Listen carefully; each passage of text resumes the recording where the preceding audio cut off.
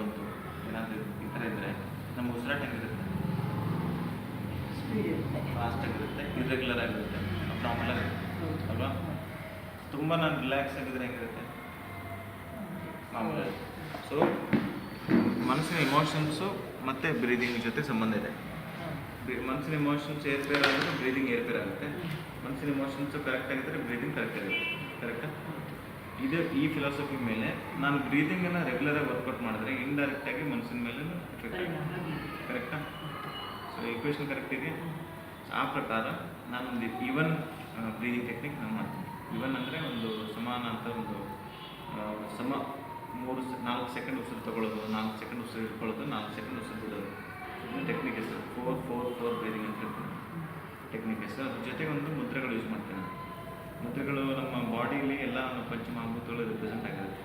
ಇದು ಅಗ್ನಿ, ಇದು ವಾಯು, ಇದು ಆಕಾಶ, ಪೃಥ್ವಿ, ಜಲ. ಸೊ ನಿಮಗೆ ಅಗ್ನಿ ತತ್ವ ಮತ್ತು ವಾಯು ತತ್ವ ಕಡಿಮೆ ಮಾಡಿ. ವಾಯು ಅಂದರೆ ಯೋಚನೆ, ಅಗ್ನಿ ಅಂದರೆ ಕೋಪ, ದುಃಖ, ಮನಸ್ಸಲ್ಲಿ ಒಂದು ಹೆವಿನೆಸ್, ಮನಸ್ಸಿನ ಭಾವನೆಗಳ ಹೆವಿನೆಸ್, ಆರ್ಟ್ ಮೇಲೆ ಯಾರು ಹೇಳ್ಕೊಳಕ್ಕಾಗಲ್ಲ. ಯಾರು ಹೇಳ್ಕೊಂಡ್ರೆ ಏನಪ್ಪ ಒಬ್ಬರು ಹೇಳ್ತೀರಾ, ಟೆನ್ಷನ್ ಮಾಡ್ಕೊಳ್ತೀರಾ ಅಂತಾರೆ. ನಿಮ್ಮ ಕಷ್ಟಗಳು ಅವ್ರಿಗೆ ನೋಡ್ಕೊಳ್ಳೋಕ್ಕೆ ಹೇಳ್ಕೊಳ್ಳೋಕ್ಕೆ ಅಷ್ಟು ಈಸಿಯಾಗಿ ಆಗಲ್ಲ.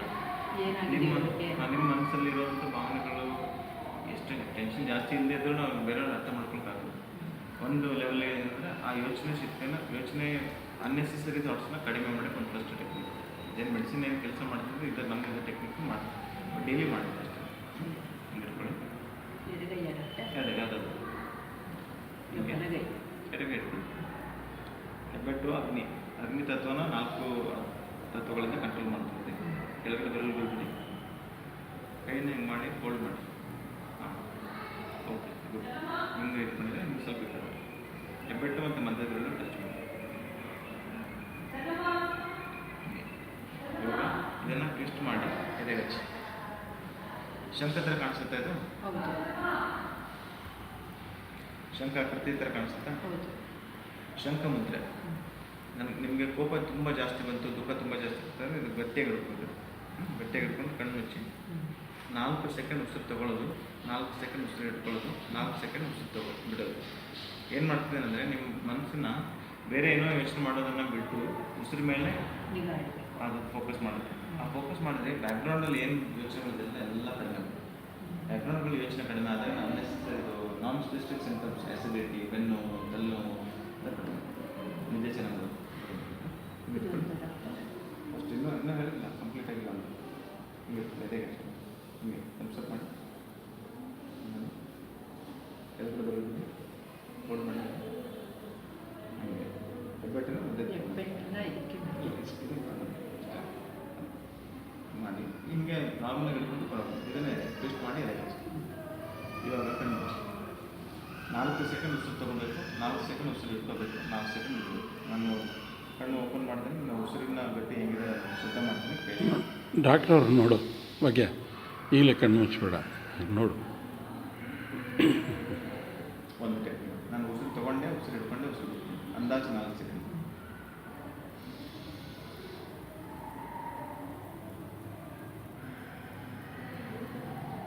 ಎರಡು,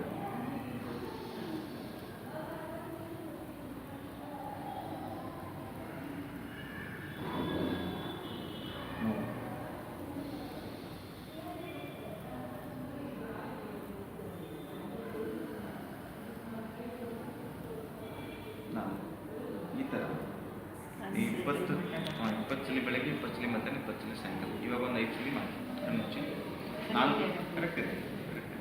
ಇದು ಹೆಂಗಾದ್ರೂ ಬಂದು ನೋಡಿ, ಇದು ಹಿಂಗಿದ್ರೆ ಏನಂತ ಪರವಾಗಿಲ್ಲ. ಎಕ್ಸಾಕ್ಟ್ಲಿ ಹಂಗೆ ಹೇಳ್ಕೊಬೇಕಂತಿಲ್ಲ. ನಂಗೆ ಇದು ಹಿಡ್ಕೊಂಡ್ರೆ ಸಾಕು. ಕಣ್ಣು ಮುಚ್ಚಿ 4 ಸೆಕೆಂಡ್ ಉಸಿರು ತೊಗೊಳ್ಳಿ. ಉಸಿರು ಹಿಡ್ಕೊಳ್ಳಿ, ಉಸಿರು ಬಿಡಿ. ಉಸಿರು ತೊಗೊಳ್ಳಿ, ಉಸಿರು ಹಿಡ್ಕೊಳ್ಳಿ, ಉಸಿರು ಬಿಡಿ. ಉಸಿರು ತೊಗೊಳ್ಳಿ, ಉಸಿರು ಹಿಡ್ಕೊಳ್ಳಿ, ಉಸಿರು ಬಿಡಿ. ಮತ್ತೆ ಉಸಿರು ತೊಗೊಳ್ಳಿ,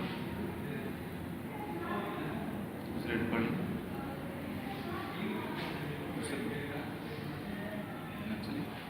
ತಗೊಳ್ಳಿ, ಉಸಿರು ಇಟ್ಕೊಳ್ಳಿ, ಉಸಿರು ಬಿಡಿ.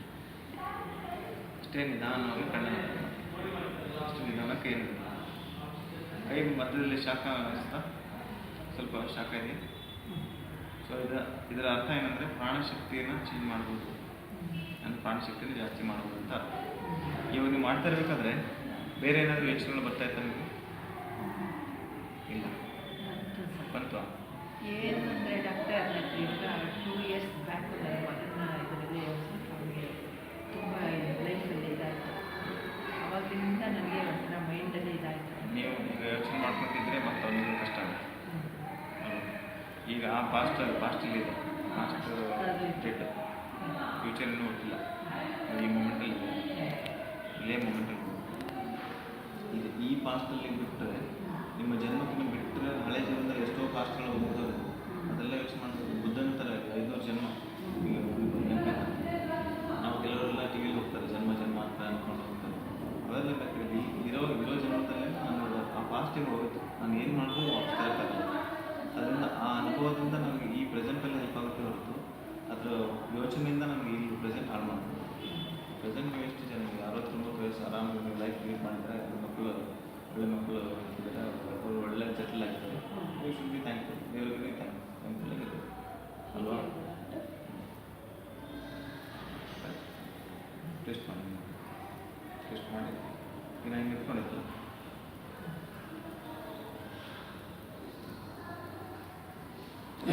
ಎರಡು ಕೈ ಹೀಗೆ ಬರಬೇಕು, ಹೀಗೆ ಪ್ಯಾರಲಲ್ ಆಗಿರಬೇಕು ಕೈ.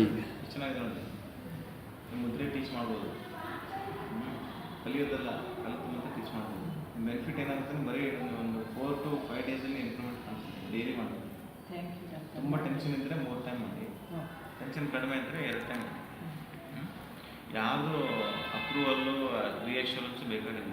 ನಿಮ್ಮ ಮನಸ್ಸು, ನಿಮ್ಮ ಇಂದ್ರಿಯಗಳು, ನಿಮ್ಮ ಆತ್ಮ, ನಿಮ್ಮ ಮೈಂಡ್, ಇದಷ್ಟೇ ಹೆಲ್ಪ್ ಮಾಡುತ್ತೆ. ಬೇರೆ ಏನೂ ತೊಂದರೆ ಇಲ್ಲವೇ ಇಲ್ಲ. ಎಲ್ಲ ಮೆಡಿಸಿನ್ಸು ಕಡಿಮೆ ಮಾಡ್ಬೋದು. ಬಿ ಪಿ ಆದ ಮೆಡಿಸಿನ್ ತೊಗೊಳ್ತೀವಿ, ಸ್ವಲ್ಪ ಮತ್ತೆ ಆ್ಯಂಗ್ಸೈಟಿನೇ ಕಡಿಮೆ ಮಾಡ್ಬೋದು. ಸ್ಲೋ ಹೋಗುತ್ತೆ, ಒಂದೇ ದಿವಸದಲ್ಲಿ ಇಂಪ್ರೂವ್ಮೆಂಟ್ ಕಾಣಿಸುತ್ತೆ. ಈ ಟೆಕ್ನಿಕ್ ನಾನು ಮೆಡಿಸಿನ್ ಥರ ಕೊಡ್ತೀನಿ. 4-4-4 ಟೆಕ್ನಿಕ್ ಹೆಸರು. ಶಂಖಮುದ್ರೆ ಇದೆ. ಹೆಂಗೆ ಮಾಡಿದರೆ ವಿಡಿಯೋ ಮಾಡ್ತಿದ್ದೆ.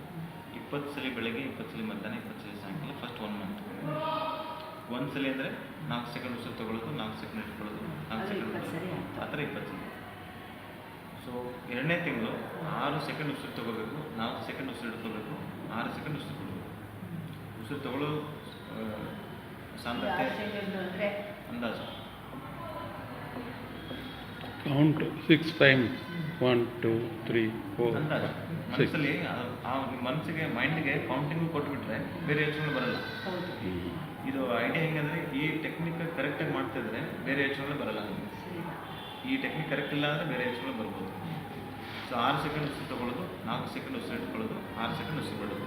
20 ಬೆಳಗ್ಗೆ, 20 ಸಾಯಂಕಾಲ 2ನೇ ತಿಂಗಳು. ಒಂದು ತಿಂಗಳಲ್ಲಿ ನೀವು ಇಂಪ್ರೂವ್ಮೆಂಟ್ ಕಾಣಿಸುತ್ತೆ. ಬಿಡೋಕ್ಕೆ ಹೋಗಬೇಡಿ, ಹಿಂಗೆ ಮಾಡ್ತಾರೆ. 3ನೇ ತಿಂಗಳು ಆದಮೇಲೆ, 3 ತಿಂಗಳು ಸ್ಟಾರ್ಟ್ ಆದಮೇಲೆ 6 ಸೆಕೆಂಡ್ ಉಸಿರು ತೊಗೋಬೇಕು, 6 ಸೆಕೆಂಡ್ ಉಸಿರು ಇಟ್ಕೋಬೇಕು, 6 ಸೆಕೆಂಡ್ ಬಿಡಬೇಕು. 20 ಸಲ ಬೆಳಗ್ಗೆ, 20 ಸಲ ಸಾಯಂಕಾಲ, 3ರಿಂದ 6 ಸಾಯಂಕಾಲ ಬೆಳಗ್ಗೆ ಸಾಯಂಕಾಲ ಯಾವಾಗ ನಮ್ಗೆ ಟೈಮ್ ಇರುತ್ತೆ ಅವಾಗ. ಅದು ಎಲ್ಲಿ ಕುತ್ಕೊಂಡು ಮಾಡ್ತೀವಿ? ಎಲ್ಲಿ ಬೇಕಾದ್ರೆ ಬೆಡ್ಡಲ್ಲಿ, ಚೇರಲ್ಲಿ, ನೆಲ ಮೇಲೆ ಟಿ ವಿ ನೋಡ್ತಾ ನೀವು ಮೇಲಿದೆ ಎಲ್ಲ ಚೇರ್. ಅದಕ್ಕೆ ನಾನು ಮೆಡಿಕಲ್ ಯೋಗ ಅಂತ ಯಾಕೆ ಹೇಳೋದಂದರೆ ಡಾಕ್ಟರ್ ಯೋಗ ಹೇಳ್ಕೊಡೋದು. ನಾನು ಬರೀ ಯೋಗ ಟೀಚರ್ ಯಾರು ಹೇಳ್ಕೊಡ್ಬೇಕಾದ್ರೆ ನೀವು ಇದು ಮಾಡ್ಕೊಂಡು ಕೂತ್ಕೋಬೇಕು ಅಲ್ವ. ಸೊ ಚೇರಲ್ಲಿ ಕೂತ್ಕೊಂಡು ನೀವು ಮಾಡ್ಬೋದಲ್ಲ. ಇದು ಫಸ್ಟ್ ಟೆಕ್ನಿಕ್ ಮಾಡ್ತೀರಾ. ಉಸಿರು ಮತ್ತು ಬಾಡಿ ಮೈಂಡಿಗೆ ಲಿಂಕ್, ನಮ್ಮ ಮೈಂಡಿಗೆ ಮತ್ತು ಬಾಡಿ ಲಿಂಕ್ ಮಾಡ್ತಿದ್ರೆ ಓನ್ಲಿ ಬ್ರೀದಿಂಗ್ ಅಷ್ಟೇ ಲಿಂಕ್ ಮಾಡೋದು. ನಾವು ಬ್ರೀದಿಂಗನ್ನು ಸ್ಟ್ರಾಂಗ್ ಮಾಡಿ ಅದ್ರ ಮೇಲೆ ನಮ್ಮ ಮೈಂಡನ್ನು ವರ್ಕ್ ಮಾಡ್ತೀವಿ. ಅರ್ಥಾಗ್ತಿದೆ? ಫಸ್ಟ್ ಟೆಕ್ನಿಕ್ ನೆನಪಿರುತ್ತಲ್ಲ, ನೆನಪಿಲ್ಲ ಅಂದರೆ ವಿಡಿಯೋ ಇದೆ. 2ನೇ ಟೆಕ್ನಿಕ್ ಲೆಫ್ಟ್ ನಾಸ್ಟ್ರಿಲ್ ಬ್ರೀದಿಂಗ್. ಎಡಗಡೆ ಮೂಗಿನ ಒಳ್ಳೆಯಿಂದ ಉಸಿರಾಟ. ಇದಕ್ಕೆ ಚಂದ್ರನಾಡಿ ಅಂತ ಹೇಳ್ತೀವಿ, ಇದಕ್ಕೆ ಸೂರ್ಯನಾಡಿ ಅಂತ. ಇದು ಹಾಟ್ ಕೂಲಿಂಗ್ ಪ್ರಾಣಾಯಾಮ. ನನ್ನ ಸಿಂಪಥೆಟಿಕ್ ಓವರ್ ಆ್ಯಕ್ಟಿವಿಟೀಸನ್ನು ಕಡಿಮೆ ಮಾಡೋಕ್ಕೋಸ್ಕರ. ಸಿಂಪಥೆಟಿಕ್ ಓವರ್ ಆ್ಯಕ್ಟಿವಿಟೀಸ್ ಅಂದರೆ ಭಯ, ಆತಂಕ, ಹಾರ್ಟ್ ಬೀಟ್ ಜಾಸ್ತಿ ಆಗ್ತದೆ, ಎದೆ ಬೆಳ್ಕೊತಾ ಇದೆ, ನಿದ್ದೆ ಕರೆಕ್ಟಾಗಿ ಬರ್ತಾಯಿಲ್ಲ, ರೆಸ್ಟ್ಲೆಸ್ನೆಸ್ ಆಗ್ತದೆ. ಸಿಂಪಥೆಟಿಕ್ ಓವರ್ ಆ್ಯಕ್ಟಿವಿಟಿ ಅಂತ ಹೇಳ್ತೀವಿ ಮೆಡಿಕಲಿ. ಅದರ ಅದನ್ನು ಕಡಿಮೆ ಮಾಡಬೇಕಂದ್ರೆ ನಾನು ಈ ಥರ ಬ್ರೀದಿಂಗ್ ಪ್ರಾಕ್ಟೀಸ್ ಮಾಡಬೇಕು. ಇದು ನೀವಷ್ಟೇ ಸುಮ್ಮನೆ ಹೆಂಗೆ ಅಂದ್ಕೊಳ್ಳಿ ಅಂದರೆ ಯೋಗ ಪ್ರಕಾರ ಇದು ಸೂರ್ಯನಾಡಿ ಚಂದ್ರನಾಡಿ. ಚಂದ್ರನಾಡಿ ಕೂಲ್ ಮಾಡುತ್ತೆ, ಸೂರ್ಯ ಅಂದರೆ ಹಾಟ್. ಇದು ನಾಡಿ ಯಾವಾಗ ಯೂಸ್ ಮಾಡ್ತಾರೆ, ತುಂಬ ವೇಟ್ ಇದೆ, ನಾನು ಭಾರಿ ಆ್ಯಕ್ಟಿವ್ ಇದ್ದೀನಿ, ವೇಟ್ ಕಡಿಮೆ ಮಾಡೋಕ್ಕೆ ಇದು ಯೂಸ್ ಮಾಡ್ತೀನಿ. ಈ ಕಡೆ ನಾನು ಲೆಫ್ಟ್ ನೋಸ್ಟ್ರಲ್ ನಾನು ಜಾಸ್ತಿ ಟೈಮ್ ಯೂಸ್ ಮಾಡ್ತೀನಿ. ಟೆನ್ಷನ್ನು, ಮೈಗ್ರೇನು, ಹೆಡ್ಏಕು, ಎಪಿಲೆಪ್ಸಿ ಎಲ್ಲ ತೊಂದರೆಗಳಲ್ಲಿ ನಾನು ಲೆಫ್ಟ್ ಸೈಡ್ ನೋಸ್ಟ್ರಲ್ ಬ್ರೀದಿಂಗ್ ಯೂಸ್ ಮಾಡ್ತೀನಿ. ನಿಮ್ಮ ದೇಹದ ಪ್ರಕಾರ ಯಾವ ಥರ ಕೌಂಟ್ ಆಗುತ್ತೆ ಅದನ್ನು ತುಂಬ ಸಿಂಪಲ್. ಬಲಗಡೆ ಮೂಗಿನ ಹಳ್ಳಿಯನ್ನು ಮುಚ್ಚು, ಹಿಂಗಾದ್ರೂ ಮುಚ್ಬೋದು, ಅಥವಾ ನಾಸಿಕ ಮುದ್ರೆ ಇಟ್ಕೊಂಡು ಹಿಂಗಾದ್ರೂ ಅದೆಲ್ಲ ಸಿಂಪಲ್ಲಾಗಿ ಮುಚ್ಚಿ, ಹಿಂಗೆ ಮುಚ್ಚಿ. ಅಲ್ಲ ಸಿಂಪಲ್ ಹಿಂಗೆ ಬರೀ ಸಿಂಪಲ್ಲಾಗಿ ಬಂದು ಎಡಗಡೆ ಮೂಗಿನ ಹಳ್ಳಿಯಿಂದ ಉಸಿರು ತಗೋಬೇಕು, ಬಿಡಬೇಕಷ್ಟು. ಉಸಿರು ಇಟ್ಕೊಳ್ಳಂಗಿಲ್ಲ.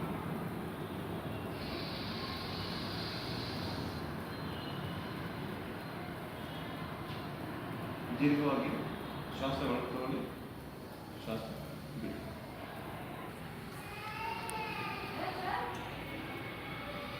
ಈ ಥರ 30 ಸಲ ಬೆಳಗ್ಗೆ 30 ಸಲ ಸಾಯಂಕಾಲ ಫಸ್ಟ್ 1 ಮಂತ್. 1 ಮಂತ್ ಆದಮೇಲೆ ಇದನ್ನು ಕಡಿಮೆ ಮಾಡಿ 20 ಸಲ ಬೆಳಗ್ಗೆ 20 ಸಲ ಸಾಯಂಕಾಲ ಕಂಟಿನ್ಯೂ ಮಾಡಿ. ಅದಾದಮೇಲೆ ಕಂಟಿನ್ಯೂ ಮಾಡಿ ಡೈಲಿ ಒಂದೇ ಸಲ. ಈ ಕಡೆದಲ್ಲಿ ಬೇಡ, ಎಡಗಡೆ ಬಲಗಡೆ ಬೇಡ. ಸೊ ಯಾಕಂದರೆ ನಾನು ಕೂಲಿಂಗ್ ಜಾಸ್ತಿ ಮಾಡಬೇಕು, ಬಾಡಿನ ಆ್ಯಕ್ಟಿವಿಟಿ. ಇದು ಎರಡೂ ಬ್ರೀದಿಂಗ್ ಟೆಕ್ನಿಕಲ್ಲಿ ಏನಾಗುತ್ತೆ, ಮೈಂಡಿಗೆ ನಾವು ವರ್ಕ್ ಮಾಡ್ತೀವಿ ಇಂಡೈರೆಕ್ಟಾಗಿ. ಅದಕ್ಕೆ ಡೈಲಿ ಮಾಡ್ತಾ ಇದ್ದೀವಿ. ಮಂಡಲ ಥರ, ಮಂಡಲ ಅಂತ ಹೇಳ್ತೀವಿ. ಒಂದು ಮಂಡಲ ಅಂದರೆ ನಿಮಗೊಂದು 40 days ಹೊಸ ಹ್ಯಾಬಿಟ್ ಕ್ರಿಯೇಟ್ ಮಾಡೋಕ್ಕೆ ಒಂದು ಮಂಡಲ ಬೇಕು. ಅದಕ್ಕೆ ನನಗೆ ಒಂದೂವರೆ ತಿಂಗಳು ಸರ್ 1.5 ತಿಂಗಳು ಬಿಟ್ಟು ಬರೋಕ್ಕೆ ಹೇಳ್ತಾರೆ. ಆ ಟೈಮಲ್ಲಿ ಇದು ಮಾಡ್ತಾ ಇರ್ತೀನಿ. ಡೈಲಿ ಈ ಮೆಡಿಸಿನ್ಸ್ ಕಡಿಮೆ ಮಾಡಬೇಕಾದ್ರೆ ಡೈಲಿ ಇದು ಮಾಡ್ತಾ ಇರ್ತೀನಿ. ಯಾವಾಗಲೂ ಟೈಮ್ ಸಿಗಲಿಲ್ಲ, ಬೆಳಗ್ಗೆನೇ ಮಾಡಬೇಕು, ಸಾಯಂಕಾಲ ಮಾಡಬೇಕಂತ ಏನಿಲ್ಲ. ನಿಮ್ಗೆ 10 ಗಂಟೆಗೆ ಟೈಮ್ ಸಿಕ್ಕರು ಸ್ಟಾರ್ಟ್ ಮಾಡಿ, ಸಾಯಂಕಾಲ 4 ಗಂಟೆಗೆ ಟೈಮ್ ಇದೆ ಸ್ಟಾರ್ಟ್ ಮಾಡಿ, ರಾತ್ರಿ ಮಾಡಬೇಕು. ಅವಾಗ last technique Jacobson's progressive muscular relaxation technique ಅಂತ ಹೇಳಿ. ಇದು ಹೆಂಗಂದರೆ ಕನ್ನಡದಲ್ಲಿ ಹೇಳ್ಬೇಕಂದ್ರೆ ಒಂದು ಸ್ನಾಯು ಆದಮೇಲೆ ಇನ್ನೊಂದು ಸ್ನಾಯು ಎರಡೂ ಜೊತೆ ಕೂಡಿಸಿ ಟೈಟ್ ಮಾಡೋದು, ಒಂದು ಸ್ವಲ್ಪ ರಿಲ್ಯಾಕ್ಸ್ ಮಾಡೋದು, ಸ್ವಲ್ಪ ವಿಶ್ರಾಂತಿ ಟೆಕ್ನಿಕ್. ನನ್ನ ಮನಸ್ಸನ್ನು ಬೇರೆ ಕಡೆ ವಿಕೇಂದ್ರೀಕರಿಸೋದು. ಈಗೇನು ನನ್ನ ಮನಸ್ಸಲ್ಲಿ ಹೋಗ್ತಾಯಿದೆ, ಓಕೆ ಅಲ್ಲಿ ಫಾಸ್ಟಲ್ಲಿ ನನ್ನ ಮಗನಿಗೆ ಇದು ಆಯಿತು, ತೊಂದರೆ ಆಯಿತು, ಸಮಥಿಂಗ್ ಹ್ಯಾಪನ್, ನಂಗೆ ಆ ಥರ ಆಯಿತು, ಈ ಥರ ಅವ್ರು ಈ ಥರ ಮಾತಾಡಿದ್ರು, ನಂಗೆ ಬೇಜಾರಿದೆ, ಮನಸ್ಸಲ್ಲೇ ಹಿಂದೆ ಓಡೋಕ್ಕೆ ಸ್ಟಾರ್ಟ್ ಮಾಡೋದು. ಆದರೆ ಹಿಡಿದು ಈ ಕಡೆ ಕರ್ಕೊಂಬರ್ಬೇಕಂದ್ರೆ ಆಗಲ್ಲ. ಮನಸ್ಸು ಯಾವಾಗಲೂ ಒಂದು 90% ಜನಗಳು ನೋಡಿದ್ರೆ ಮೈಂಡು ಹಿಂದಾದರೂ ಇರುತ್ತೆ, ಮುಂದಾದರೂ ಇರುತ್ತೆ. ನಮ್ಮ ಡಾಕ್ಟರ್ ನಾಗರಾಜ್ ಸರ್ ಇರುತ್ತೆ. ನಮಸ್ತೆ ಡಾಕ್ಟರ್. ನಮಸ್ತೆ. ನಿಮ್ಮ ಜೊತೆಗೆ ಹೆಲ್ಪ್ ಮಾಡ್ತಾರೆ.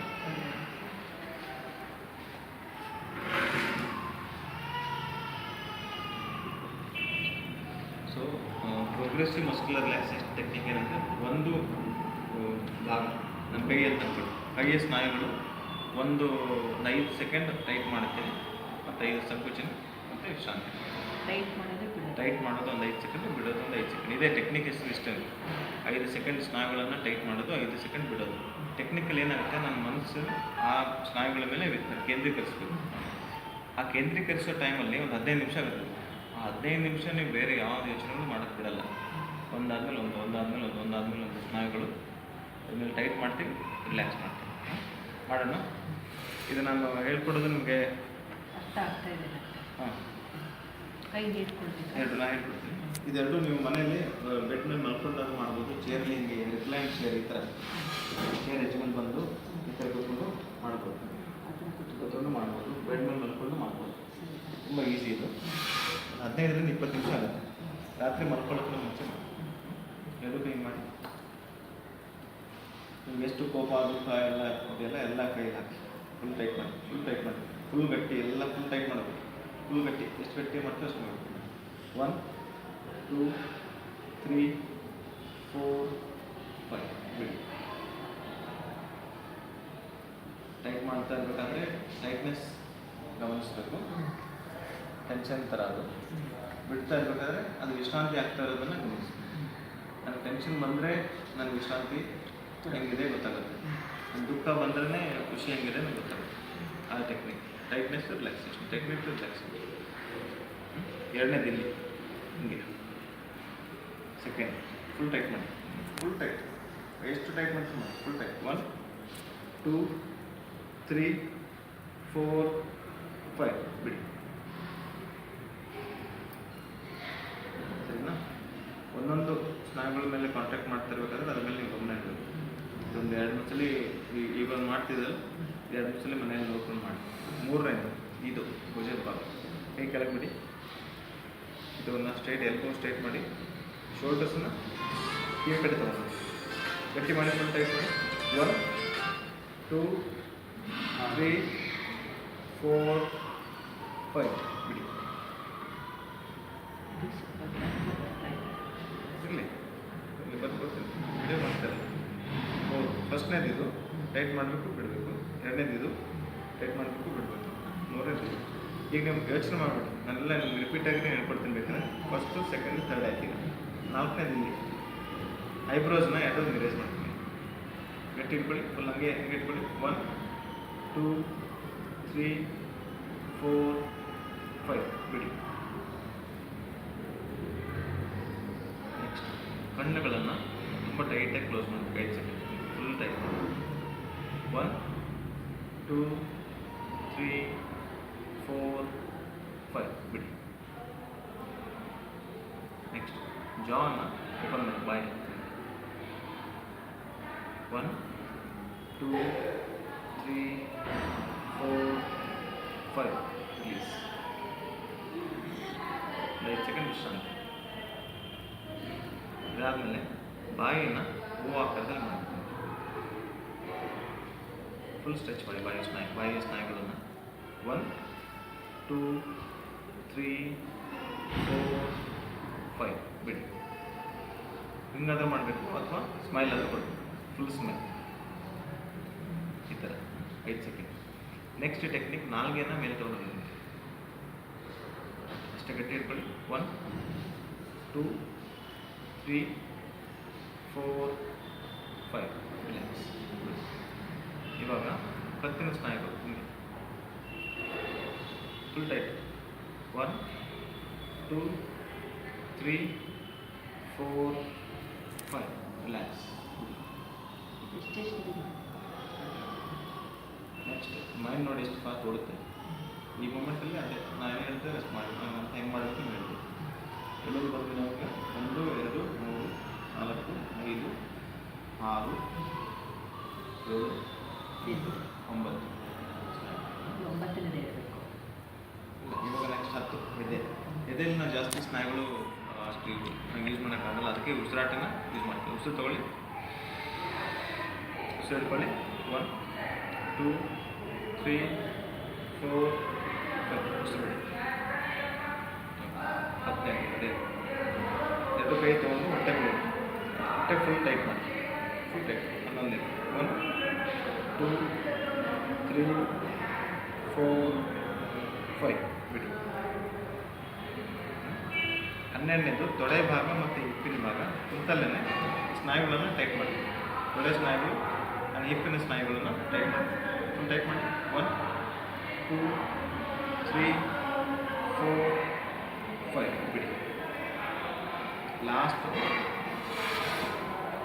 ಮೊಳಕಾಲಿಂದ ಕೆಳಗಡೆ ಕಾಲಿನ ಸ್ನಾಯುಗಳನ್ನ ನಾನು ಕೆಳಗೆ ಮಾಡಿ ಪಾದ ಕೆಳಗಡೆ ಟೈಟ್ ಫುಲ್ ಟೈಟಾಗಿ ಇಟ್ಕೊಳ್ತೀನಿ. ಕುತ್ತಲ್ಲೇ ಫುಲ್ ಟೈಟಾಗಿ ಇಟ್ಕೊಂಡು ಮಾಡಿ, ಕಲ್ಲುದ್ದ ಮಾಡಿ ಫುಲ್ ಟೈಟ್ ಮಾಡಿ, ಕೆಳಗೆ ಮಾಡಿ ಪಾದ ಟೈಟ್ ಮಾಡಿ ಫುಲ್ ಟೈಟ್. 1 2 3 4 5 ಬಿಡಿ. ಇವಾಗ ಕೆಳಗಡೆಯಿಂದ ಮತ್ತೆ ಮೇಲೆ ಹೋಗಿ ಇದು ಮಲ್ಕೊಂಡು ಮಾಡೋದ್ರೆ ಮಲ್ಕೊಂಡು ಮಾಡೋದು, ಕುತ್ಕೊಂಡು ಮಾಡೋದು. ರಿಲ್ಯಾಕ್ಸ್ ಆಗಿದೆ. ನನ್ನ ಪಾದದ ಸ್ನಾಯುಗಳು ವಿಶ್ರಾಂತಿ ಪಡಿತಾ ಇದೆ. ನಮ್ಮ ಮನಸ್ಸಲ್ಲಿ ಯೋಚನೆ ಮಾಡೋದು. ನಿಮ್ಮ ಪೂರ್ತಿ ಎಲ್ಲ ನಿಮ್ಮ ಮನಸ್ಸು ಸಂವೇದನೆ ಎಲ್ಲ ಕಾಲು ಬೆರಳುಗಳ ಹಾಕಿ ಸ್ವಲ್ಪ ಬೆರಳನ್ನು ಹಿಂದೆ ರಿಲ್ಯಾಕ್ಸ್ ಮಾಡಿ, ಹಿಂದೆ ಟಚ್ ಮಾಡಿ, ಚೇರ್ ಟಚ್ ಮಾಡಿ. ನನ್ನ ಕಾಲು ಬೆರಳುಗಳು ಒಳಗಡೆಯಿಂದ ವಿಶ್ರಾಂತಿ ಹೊಂದುತ್ತಾ ಇದೆ. ನನ್ನ ಆ್ಯಂಕಲ್ ಭಾಗ, ಹಿಂಡಿ ಭಾಗ, ಹಿಂಡಿ ಸ್ನಾಯುಗಳು ವಿಶ್ರಾಂತಿ ಹೊಂದುತ್ತಾ ಇವೆ. ನನ್ನ ಮೊಳಕಾಲು, ಕಾಫ್ ಮಸಲ್ಸು, ಮೊಳಕಾಲಿನ ಕೆಳಗಡೆ ಇರುವ ಸ್ನಾಯುಗಳು ವಿಶ್ರಾಂತಿ ಹೊಂದುತ್ತಾ ಇದೆ. ನನ್ನ ತೊಡೆಯ ಭಾಗ, ಹಿಪ್ಪಿನ ಭಾಗ ಸಂಪೂರ್ಣವಾಗಿ ವಿಶ್ರಾಂತಿ ಹೊಂದುತ್ತಾ ಇದೆ.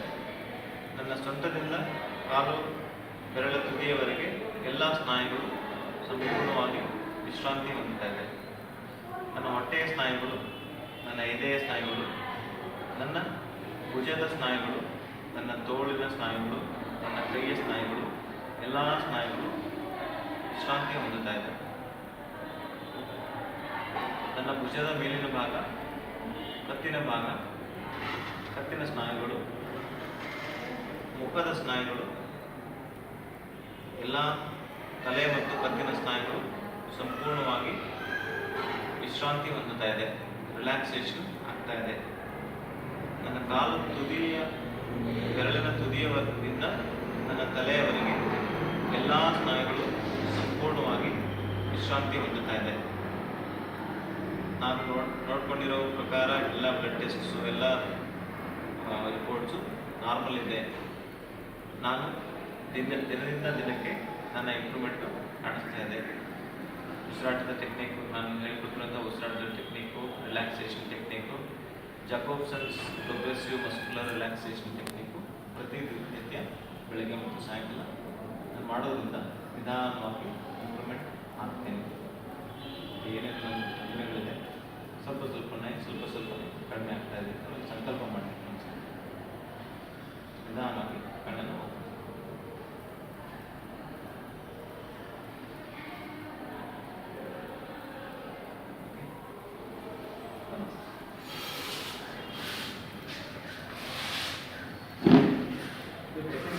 ಸಾಯಂಕಾಲ ನಾವೇನು ಮಾಡ್ತಿಲ್ಲ, ಮಲ್ಕೊಳ್ಳೋದಕ್ಕೆ ರಾತ್ರಿ ಮಲ್ಕೊಂಡ ಮೇಲೆ ಮುಸ್ತಾಗಿ ರಾತ್ರಿ ಸ್ವಲ್ಪ ಹಾಲು ತೊಗೊಳ್ತೀರ.